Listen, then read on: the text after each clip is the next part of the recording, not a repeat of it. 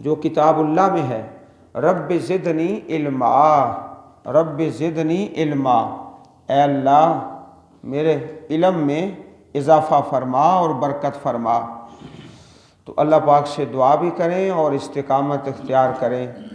باقی دو رکوع انشاءاللہ اسی عنوان پر ہیں۔ اللہ پاک ہم سب کو اپنی پررحمت کتاب پڑھنے اور سمجھنے اور اس پر عمل کی توفیق عطا فرمائے، آمین۔ سبحان ربک رب العزت عما یصفون والسلام علی المرسلین والحمد للہ رب العالمین۔